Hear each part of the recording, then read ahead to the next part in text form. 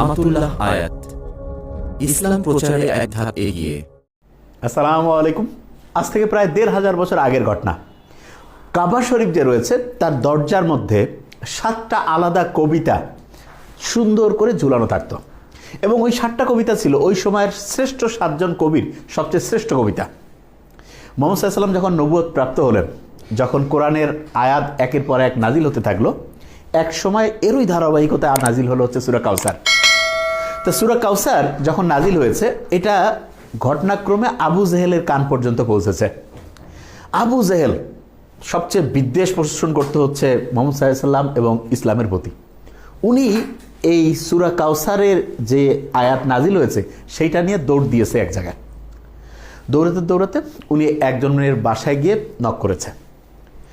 যেই লোকের বাসায় উনি পৌঁছেছেন ওইটা ছিল এক কবির বাসা, এবং যে ৭টা কবিতা সেখানে ছিল তার মধ্যে ৬ জন কবি কিন্তু পৃথিবী থেকে বিদায় নিয়েছিল। শুধু একজন কবি, তার মানে দেয়ালে এক কথায় কাবার যে দরজা সেখানে যে ৭টা কবিতা ছিল তার মধ্যে একজন কবি জীবিত ছিল, এবং সেই কবির বাসায় গিয়ে নক করে হচ্ছে আবু জেহেল। বাস, আবু জেহেল তো ওই সময় খুবই সম্ভ্রান্ত, ওনাকে দেখলো। দেখার পরে আবু জেহেল ওনাকে হচ্ছে সূরা কাউসার শোনালো। এইটা শোনার পরে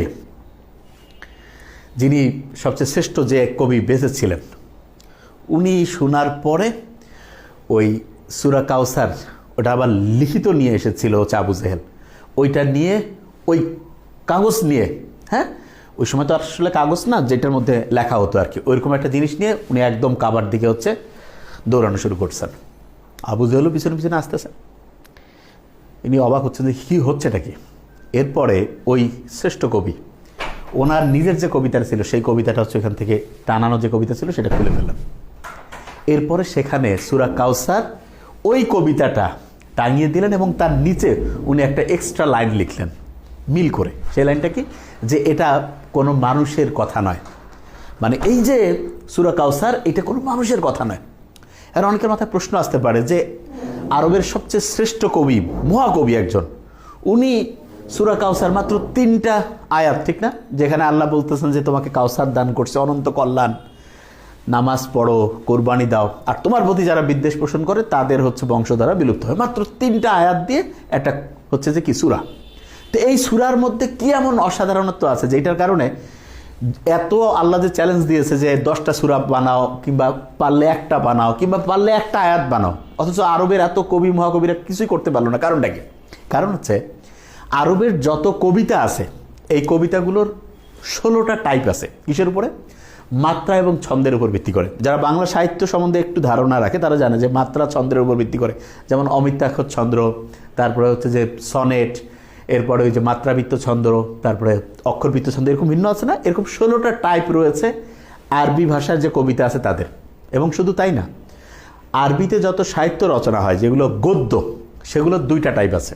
তার মানে কবিতার 16টা টাইপ, আর গল্প লেখার প্রধানত 2টা টাইপ। এবং যত কবি যত কবিতা রচনা করেছেন, যত সাহিত্যিক যত হচ্ছে গল্প গদ্য যা কিছু লিখেছেন, হয় 2টা স্টাইলের গদ্য কিংবা 16টা স্টাইলের কবিতার মধ্যে পড়বে। কিন্তু একমাত্র কোরআন এইটার লেখার মানে এটার যে আল্লাহ নাজিল করছেন এমন স্টাইলে, গল্প লেখার যে 2টা স্টাইল তার কোনোটার সাথে মিলবে না। এবং শুধু তাই না, কবিতা লেখার যে 16টা সিস্টেম আছে, 16টা টাইপ আছে, তার কোনোটার সাথে মিলে না।